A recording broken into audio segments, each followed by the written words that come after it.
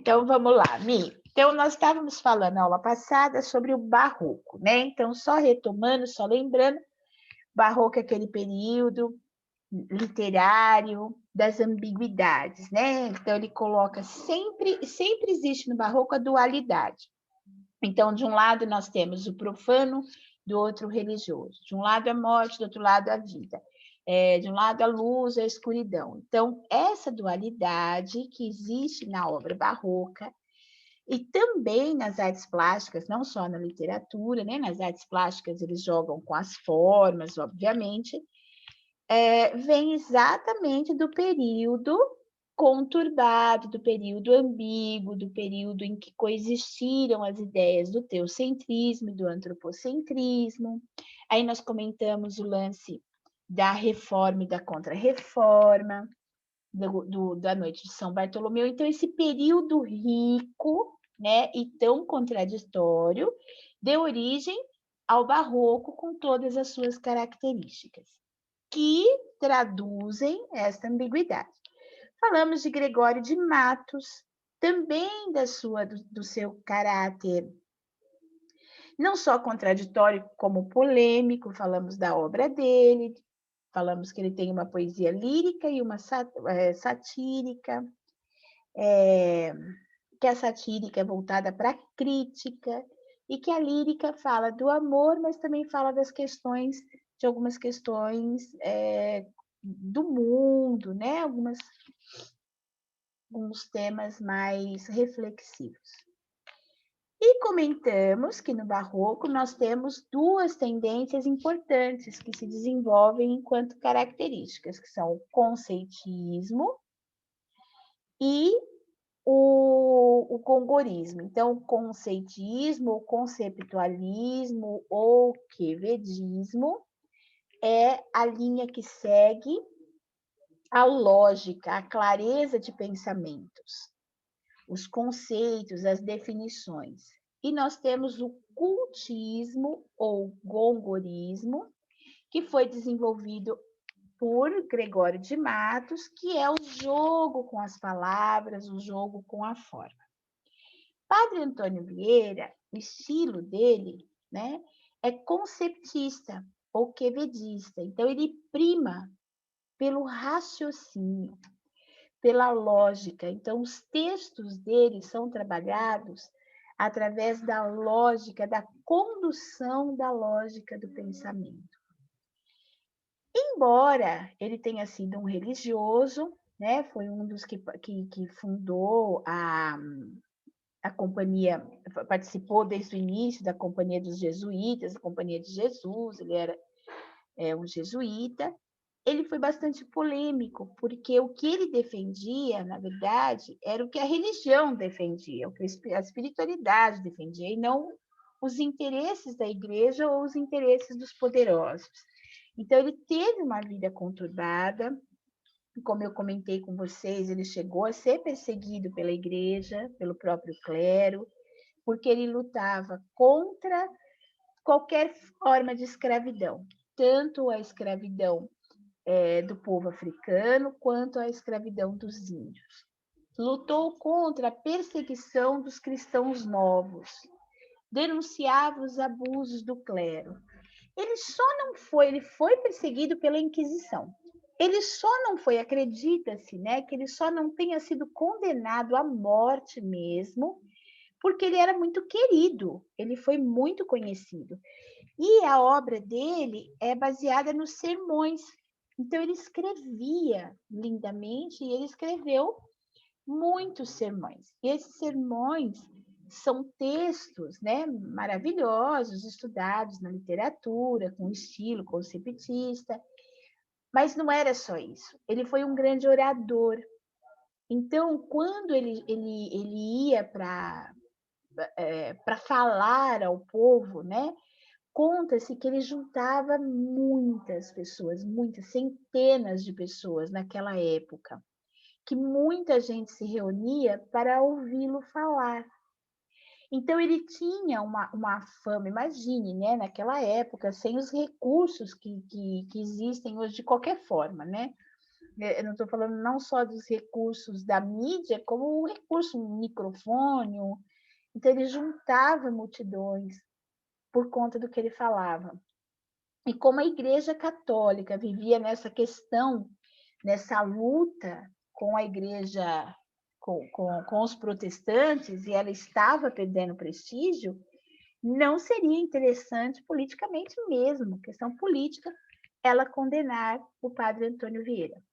Mas eu já li, embora eu não tenha colocado aqui, que ele foi condenado, ele ficou um tipo de prisão domiciliar, lógico, né, no convento dele, e ele teria sido condenado a um tempo ao voto de silêncio, sem poder pregar, tá? Sem poder pregar, sem poder divulgar as suas ideias, né? Então ele teve foi rechaçado mesmo pelo poder da época.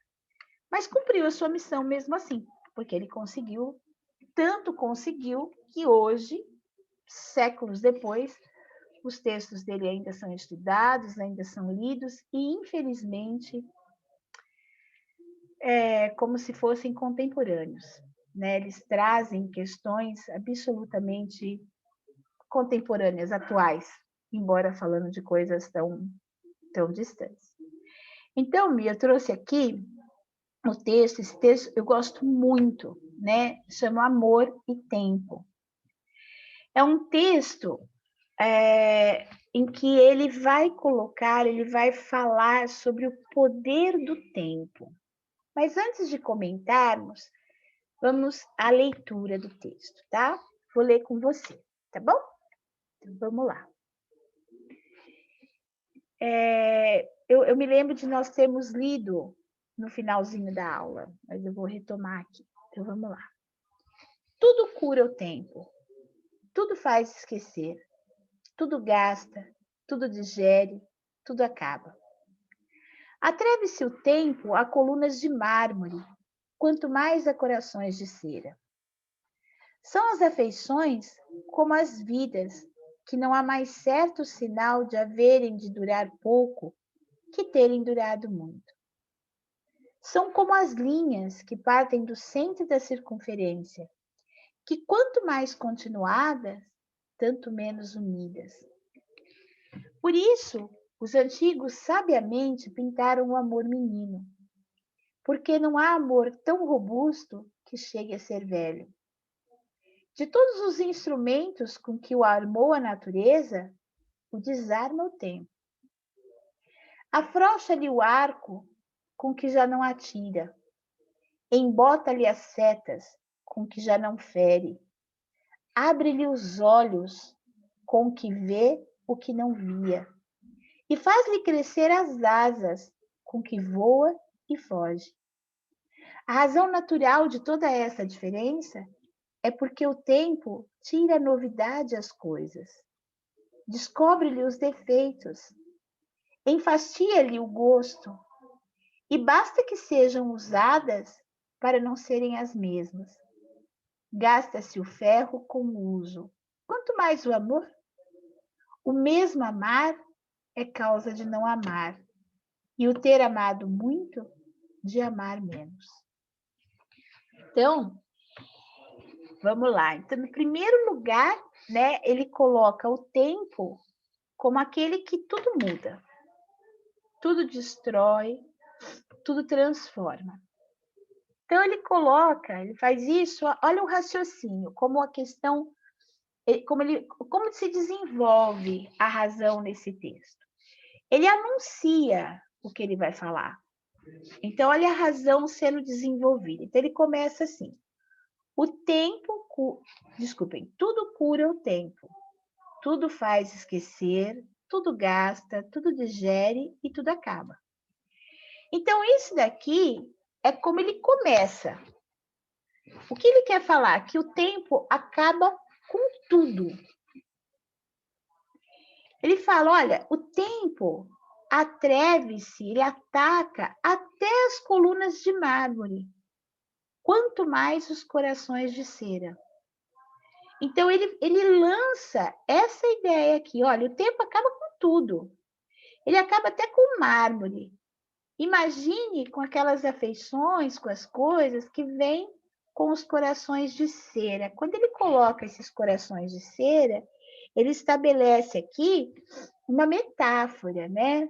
Como os nossos corações são maleáveis, derretem, não têm constância, não têm firmeza. Então, ele lançou a ideia. Agora ele vai explicar, ele vai argumentar, ele vai comprovar o que ele falou. Então, ele segue numa linha de razão. Como ele jogou com o coração, ele segue falando das afeições, né? Então, olha, as afeições é como as vidas, então elas duram pouco, justamente por terem durado muito. Então, como a vida é longa, como as coisas são longas, então as afeições não conseguem durar. Quanto mais longa é a vida, quanto mais se convive com alguém, longa a vida, as afeições não acompanham esse tempo. Aí ele continua, para corroborar, né, para exemplificar essa linha de pensamento, ele cria uma imagem, ele faz uma comparação. As feições em relação à vida são como as linhas que partem do centro da circunferência. Imagine a roda da bicicleta. O que ele quer falar, ele faz a imagem da roda. Se a gente pensar na roda da bicicleta, né? Os raios, eles saem do centro. Quando a gente olha, eles estão bem pertinho. Quando eles estão perto do centro, eles estão bem pertinho um do outro. Conforme eles vão se afastando do centro da circunferência, eles vão abrindo. Então, aí, é essa imagem que ele está construindo. Olha, pense nas linhas. Então, você tem essa linha aqui no centro, é tudo junto. E conforme o tempo passa, elas vão se afastando. Aí ele fala que o amor, ainda para aumentar para corroborar, para confirmar o raciocínio dele, a tese dele, né? Ele fala, olha, os sábios nunca pintaram um amor velho. Qualquer imagem de amor é um amor menino, é um amor jovem. As grandes histórias de amor são entre jovens. O poder do amor, né? Quem derruba, quem tudo, os obstáculos, quem briga por um amor, quem parece que sofre daquela paixão, a dor do amor, a separação, todos jovens. Aí ele fala, os sábios pintam o amor sempre menino. Por quê? Porque o amor não envelhece, ele não dura tempo suficiente para envelhecer. Aí ele fala, ele continua, de todos os instrumentos com que o armou a natureza, todas as artimanhas, todos os instrumentos, todas as habilidades que a natureza concedeu ao amor para que ele se fortalecesse, para que ele durasse, o tempo tira. Aí ele começa a explicar. Olha, ele afrouxa o arco e já não dá mais para tirar. As setas, em vez de irem para frente, vão para trás, já não ferem, né? Ou embotar, sabe a ponta da seta? É como se fizesse assim.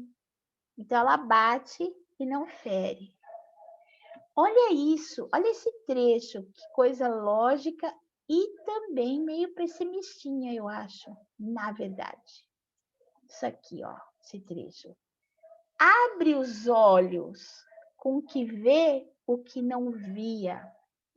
Com o tempo, nós passamos a conhecer, a conviver com a pessoa amada e nós começamos a enxergar coisas que nós não enxergávamos. E aí, o tempo faz o quê? Faz com que as asas de cada um cresça para que se fuja, tá? Professora, não, acho que não entendi muito bem esse trecho aí que a senhora grifou. Esse aqui do Abre-lhe os Olhos? Isso. É assim, ó, Milene. Ele está falando da sequência, né? Tudo que o tempo faz com amor. Então, a força do arco já não atira. A seta já não tem mais ponta, né? Aí ele fala, o tempo, quando ele fala assim, abre-lhe os olhos, abre os olhos do amor, da pessoa que ama, faz com que a pessoa enxergue a realidade. E ela vai ver aquilo que não via, os defeitos. Esse abrir os olhos é fazer com que a pessoa enxergue mais, como se ela enxergasse mais.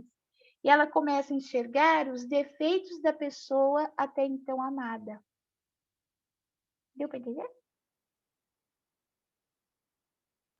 Deu para entender sim, Pro. Deu para entender agora, acho que compreendi. Então tá bom. E aí ele fala que com isso, a gente, ao mesmo tempo, as asas desse amor crescem e as pessoas fogem. Então, olha que máximo. Ele jogou uma ideia, isso vocês vão aprender na dissertação, inclusive, tá? É bem isso. Ele joga uma ideia aqui, aí ele vai argumentar, ele vai discutir, ele vai explanar, ele vai exemplificar, ele vai jogar com essa ideia, aí ele vai comprovar aquilo que ele falou aqui em cima. E aí ele parte já para a finalização. A razão natural de toda essa diferença, tempo e o amor, é porque o tempo tira a novidade das coisas, descobre-lhe os defeitos, enfastia-lhe o gosto. Ou seja, com o tempo, tudo que era novidade, tudo que era encantador, deixa de ser, passa a ser rotineiro. Com a rotina, aí ele cai ali no que nós falamos, de abrir os olhos. A gente passa a enxergar os defeitos da pessoa. Ah, então antes, não é assim, quando a gente está apaixonada, nossa, todo mundo é cheiroso, é lindo, é bonito, é não sei o quê. Ai, é agradável. Nossa, chego perto, me arrepio. Aí, com o tempo, já não é nem tão cheirosinho, nem toda hora, né? Aí já começa a implicar, já é uma hora que... Então, é isso que ele está falando. Que com o tempo a gente não vê mais novidade, vai perdendo, esse amor vai se gastando, né? Enfastia-lhe o gosto, enfastiar é enjoar. Quando eu falo assim, eu estou enfastiada, eu estou entediada, nossa. Então, ficou enfastiado, ficou entediado, já não gosta tanto, já deu.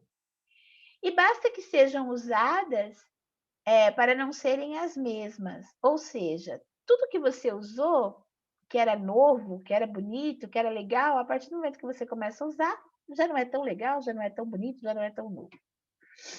E aí ele fecha. Gasta-se o ferro com o uso. Quanto mais o amor, ou seja, até o que é de ferro, com o tempo, com o uso, se gasta. Quanto mais o amor. O mesmo amar é causa de não amar mais. Isso daqui é bem assim, os motivos que eu tinha, que me faziam, os mesmos motivos que fizeram com que eu me apaixonasse por uma pessoa, conforme o tempo passa, podem ser os mesmos motivos que façam com que eu não goste mais dela. E o ter amado tanto, tanto, eu amei tanto, que é como se gastasse esse amor. Então, por amar muito, com o tempo se ama menos. Então, olha só, na verdade, ele lança essa ideia e se nós prestarmos atenção, ele recupera, resumidamente, essa ideia aqui. Aqui ele começa falando que tudo o tempo cura, tudo ele faz esquecer, tudo ele gasta, tudo ele digere, tudo ele engole, tudo ele termina. E aqui no último período, né, nos últimos 2 períodos, ele retoma essa mesma linha. Olha, até o tempo se perde, desculpe, até o ferro se perde com amor. Quanto mais, oh meu Deus, até o ferro se perde com o tempo, quanto mais o amor, que é alimentado por quem? Pelos corações de cera. Então, esse tipo de linguagem e de raciocínio que o Padre Antônio Vieira usa na linha de raciocínio dele e que faz com que tenha essa linha do conceitismo, do conceitualismo, a razão predominando, certo? Bonito esse texto, né? Aí nós temos, eu trouxe para vocês, um outro. É um trecho, porque esses sermões são muito grandes. Mas eu acho ele muito interessante, eu gosto muito, então eu trouxe esse trecho também. É o sermão da 60ª, desculpe. Então, é um dos sermões que ele fazia, né, para as pessoas que iam assistir. Então, vou lá, hein? Encarar mais uma leiturinha aqui. Bora lá. Aqui já é mais voltado para a questão da religião, da palavra de Deus, para o efeito dessa palavra nos homens, tá? Fazer pouco fruto a palavra de Deus no mundo pode proceder de 3 princípios: ou da parte do pregador, ou da parte do ouvinte, ou da parte de Deus. Para uma alma se converter por meio de um sermão, há de haver 3 concursos. Há de concorrer o pregador com a doutrina, persuadindo. Há de concorrer o ouvinte com o entendimento, percebendo. E há de concorrer Deus com a graça, alumiando. Para um homem se ver a si mesmo, são necessárias 3 coisas: olhos, espelho e luz. Se tem espelho e é cego, não se pode ver por falta de olhos. Se tem espelho e olhos e é de noite, não se pode ver por falta de luz. Logo, há mister luz, há mister espelho e há mister olhos. Que coisa é a conversão de uma alma se não entrar um homem dentro em si e ver-se a si mesmo? Para esta vista são necessários olhos, e necessária luz, e é necessário o espelho. O pregador concorre com o espelho, que é a doutrina. Deus concorre com a luz, que é a graça. O homem concorre com os olhos, que é o conhecimento. Ora, suposto que a conversão das almas por meio da pregação depende desses 3 concursos, de Deus, do pregador e do ouvinte, por qual deles devemos entender que falta? Por parte do ouvinte, ou por parte do pregador, ou por parte de Deus? Então, vamos lá. Resumindo aqui, ele está falando, na verdade, da conversão dos homens. Do quanto se pode converter de verdade uma alma ou não. Mas ele lança qual é o raciocínio, onde está aqui a razão, o conceptismo, o conceptualismo, a lógica da linguagem de Vieira. Não sei se você percebeu, ele joga sempre com 3 elementos. Então, ele vai fazendo sempre de trilogia, 3 elementos. Então, ele fala o seguinte, olha, o fazer pouco fruto a palavra de Deus significa quando eu não consigo multiplicar essa palavra de Deus, quando eu não consigo fazer com que ela chegue onde ela tem que chegar, quando ela não se multiplica, é porque eu tenho que olhar, pode proceder de um de 3 princípios. Quando essa palavra de Deus não chega onde ela tem que chegar, tem alguma coisa que falha. Ou é o pregador, ou é o ouvinte, ou é Deus. Olha, embora ele seja, né, um padre, quando ele coloca, tudo bem que não é o que ele vai, o ponto no qual ele vai chegar, mas ele levanta essa questão, mas será que é Deus que está falhando, gente, para converter esse povo? Aí ele fala, olha, por que eu estou falando isso? Ele continua, então ele lança aqui a ideia, lançou a ideia, né? Fechou. E aí ele vai explicar. Por que eu falei que é o pregador, ou o ouvinte, ou Deus? Porque para uma alma se converter através de um sermão, eu tenho mais 3 fatos, 3 concursos. O pregador com a doutrina. Esse pregador tem que atuar persuadindo. Ele tem que ser bom naquilo que ele fala.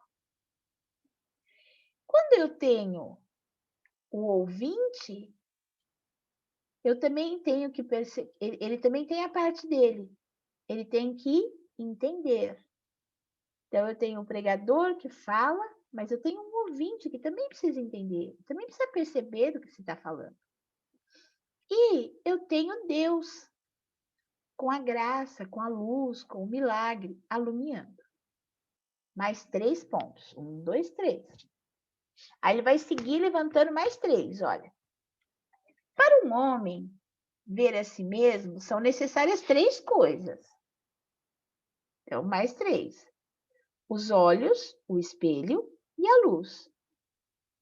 Se ele tem espelho e é cego, ele não vai se ver. Se ele tem espelho e olhos, mas é noite, ele também não vai se ver.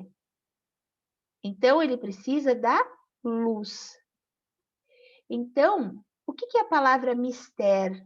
Mistério é necessário. É mistério que você faça isso. É necessário, é primordial que se faça isso, tá? Então, ele fala, logo, a mistério, a necessidade de que haja luz. Logo, a necessidade de que haja esse espelho. E logo, a necessidade de que haja olhos. Porque que coisa é essa conversão se não entrar o homem em si? Como ele vai se converter se ele não conseguir ver a si mesmo? E para que isso aconteça, ele precisa de olhos, da luz e do espelho. O pregador entra com o espelho, aí ele vai juntar os 3 elementos: o pregador, o ouvinte e Deus. Nesses 3 elementos que ele separou, olhos, espelho e luz, agora ele vai explicar quem é quem. Então, o pregador é o espelho, a doutrina, porque é onde o homem tem que se ver. Deus é a luz, porque ele é a resposta, a direção, o caminho. E o homem precisa dos olhos, ele é os olhos. Por quê? Porque é através dos olhos que eu tenho o conhecimento. Então, ora, suposto a conversão das almas por meio da pregação, então, ou seja, aquele conclui, ó. Ele lançou a ideia lá em cima, vou colocar essa conclusão em verde. Ele lançou essa ideia lá em cima e ele fala, então, para que ocorra a pregação através, a conversão através da pregação, não tem jeito. Eu preciso dos 3 elementos, de Deus, do pregador e do ouvinte. E se houve uma falha, onde essa falha estaria? Por falta de quem? Do ouvinte, do pregador ou de Deus? Quer dizer, é uma pergunta retórica, né? Quem que você acha que vai falhar a hora de pregar ou de entender? O pregador, o homem ou Deus? Então, nós percebemos aqui, nesse sermão, que ele fala, o que é esse conceptismo, né? Ele distribui a ideia dele de uma maneira clara, lógica. A estrutura dele, a gente consegue entender a linha de raciocínio, tá? E assim, Milena, todos os sermões dele, todos os sermões que nós pegamos, tem essa linha de raciocínio, tem essa clareza, tem os primeiros parágrafos, ele lança a ideia, os parágrafos intermediários ele vai explicar, ele vai exemplificar, ele vai desenvolver essa ideia e no final ele retoma a ideia como uma conclusão. Isso é uma forma de pensamento, tá certo? Até aqui tudo bem? Entendeu sobre o barroco, tudo certo? Então, nós vamos partir agora para um outro tema da literatura. Na verdade, nós vamos entrar no arcadismo, tá? Bora lá? Vamos ver se eu consigo. Tá conseguindo ver? Eu consegui repartir? Ou ainda tá na outra tela?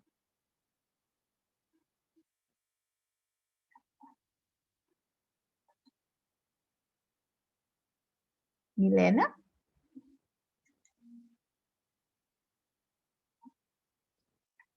Então, vamos lá. Nós estamos aqui, então, nós vamos entrar num outro período literário, num outro momento. Nós vamos entrar no período que nós conhecemos como o arcadismo, certo? Então, o que foi o arcadismo, né? Na verdade, o arcadismo veio como um momento, ele veio como um período diferente do barroco. Então, a princípio, nós temos quase que o oposto. Então, tudo que o barroco tinha de ambiguidade, de contradições, falava do paradoxo, aquela ambiguidade do sentimento, né?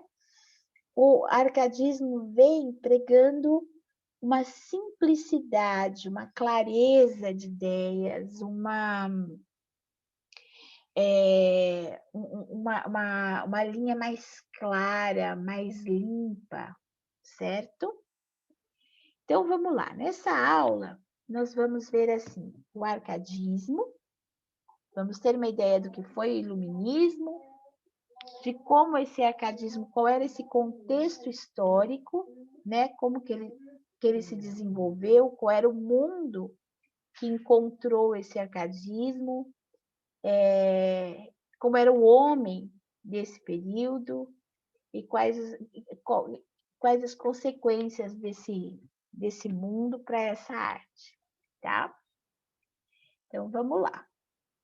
Quando nós falamos em arcadismo, na verdade, nós falamos, ele é conhecido como arcadismo ou neoclassicismo. Então, o que é esse arcadismo? É o período literário que se desenvolveu, que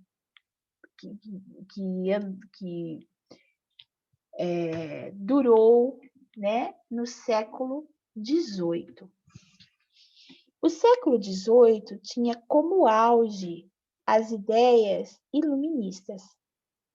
Então, nós tínhamos aí um período que nasceu dentro das ideias iluministas. Muito bom. Esse arcadismo também foi conhecido como setecentismo. Então, embora, mais uma vez lembrando vocês, né?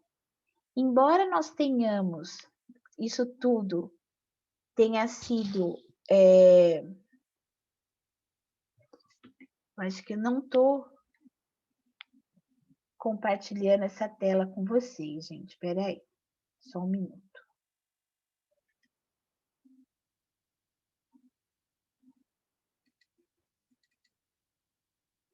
Isso, agora eu estou compartilhando, desculpem. Com um tempão aqui sem compartilhar. Então, como eu tenho, assim, o arcadismo, ele saiu, né? Ele veio, ele se desenvolveu no século XVIII.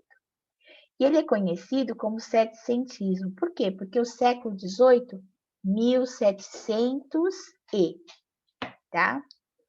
Em pleno século XVIII, nós tínhamos o quê? Os iluministas, as ideias iluministas. Essa ideia iluminista, o iluminismo, é uma continuação, ele foi propiciado, ele foi impulsionado, na verdade, lá pela Renascença, pelas coisas que aconteceram lá na Renascença, né? Então, nós entendemos por arcadismo o período em que os arcadistas, os artistas, se inspiravam na cultura greco-romana. Houve um salto eles foram lá para a Antiguidade Clássica. Então, se nós pensarmos, nós temos assim a Idade Média, trovadorismo, humanismo, classicismo, o Barroco, e aí veio o arcadismo, o neoclassicismo. O homem do arcadismo, do neoclassicismo, ele saltou, ele foi buscar inspiração, ele retomou não só o classicismo, mas ele retomou também a cultura greco-romana. Por isso, como o classicismo também foi baseado na cultura greco-romana, ele é conhecido como neoclassicismo. Nós não podemos confundir um período, né, conhecido como neoclássico, neomodernismo, neorrealismo, como uma cópia. O arcadismo não foi uma cópia, ele foi uma retomada de algumas ideias. Ele busca alguns elementos da cultura para traduzir para o tempo em que esse artista vai produzir, para o tempo em que ele está sendo vivido, tá? Então, nós temos aqui essa retomada. E por que será justamente essa retomada do classicismo, das ideias grego-romanas? Por que da antiguidade clássica? Porque ela se afasta das ideias teocêntricas.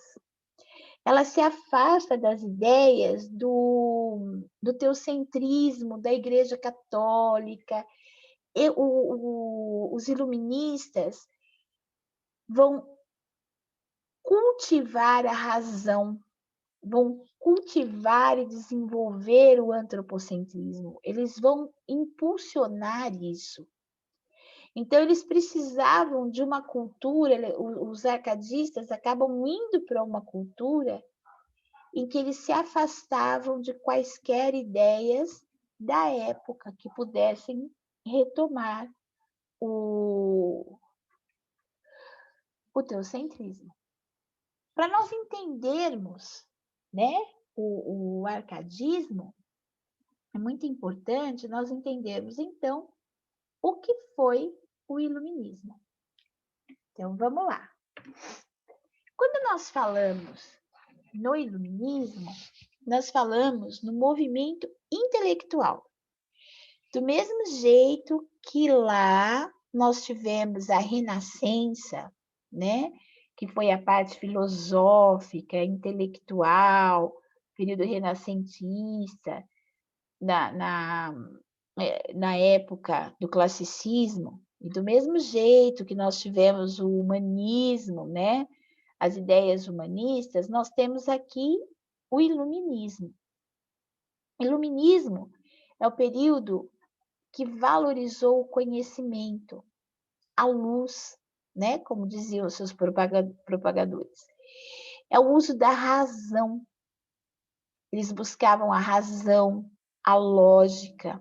Também lutavam por uma liberdade econômica, liberdade política, liberdade individual também, tá? Os iluministas faziam parte de uma corrente, né, de pensamentos que promoveram, essa corrente de pensamentos promoveu mudanças no mundo todo. Ela promoveu mudanças muito importantes, mudanças políticas, mudanças econômicas, mudanças sociais. Sem contar com as questões filosóficas que foram colocadas, com a visão do homem que foi colocado aí, tá? Um dos ideais, dos principais ideais aí dos iluministas foram os ideais nos quais se baseou a Revolução Francesa. Então, eles se baseavam nos ideais de liberdade, igualdade e fraternidade. Então, o iluminismo trouxe uma nova visão de mundo. Ele vai propiciar uma nova visão de mundo. E aí, nós temos o quê? Lá na Renascença, já houve esse primeiro passo, já houve essa visão antropocêntrica, né?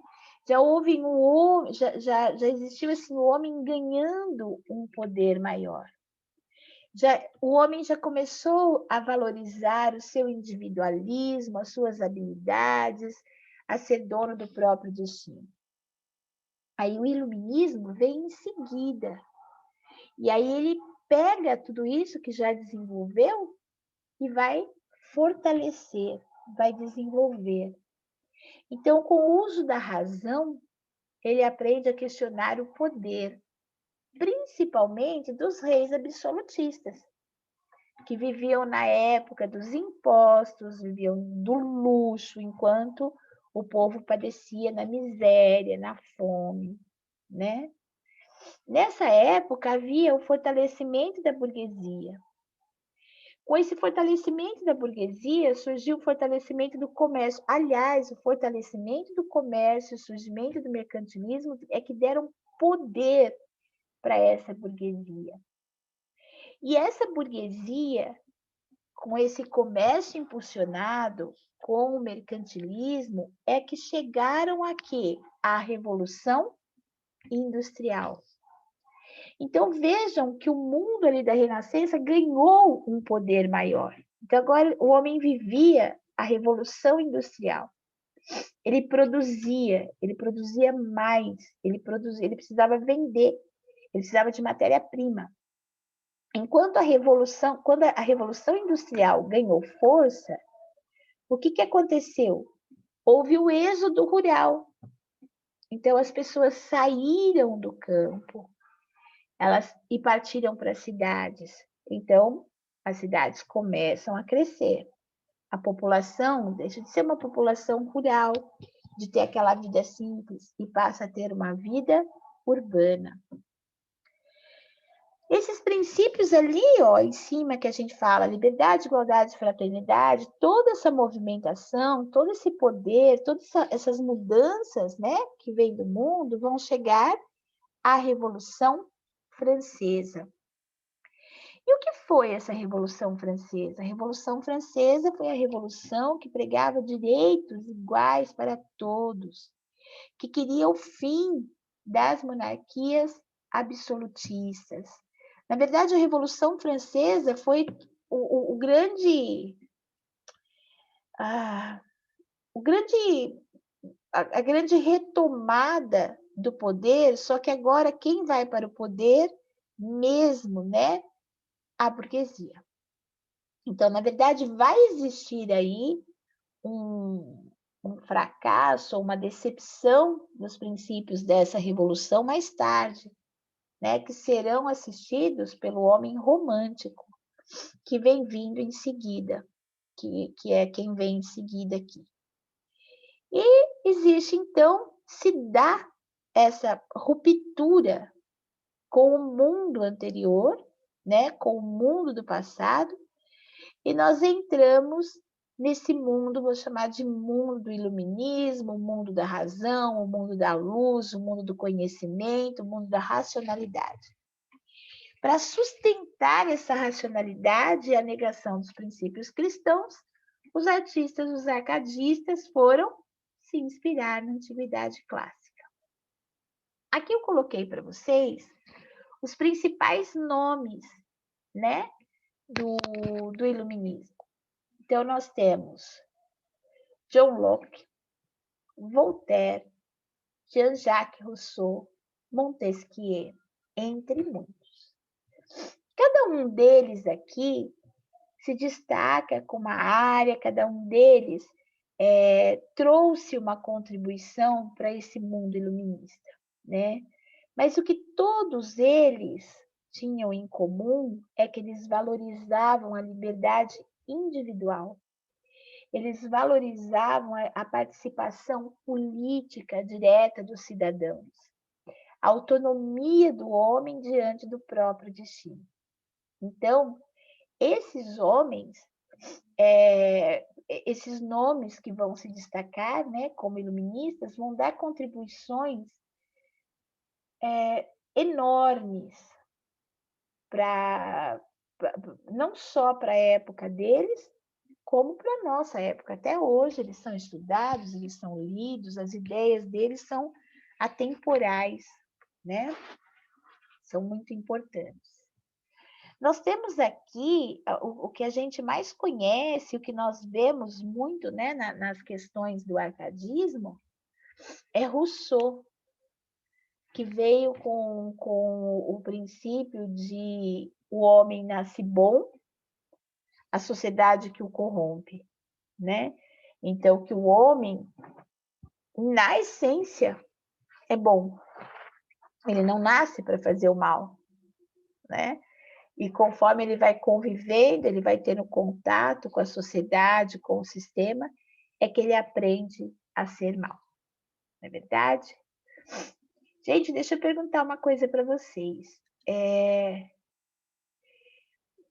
Milena, você quer um intervalo? Porque não vai cair a nossa linha, porque estamos só duas. Você quer um intervalinho de 10 minutinhos ou você prefere ir direto?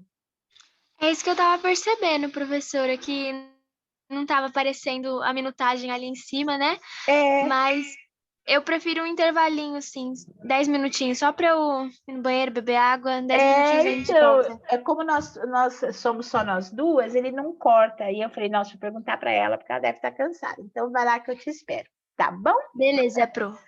10 Be- minutinhos eu volto, tá? Tá bom. Eu vou interromper aqui, tá bom?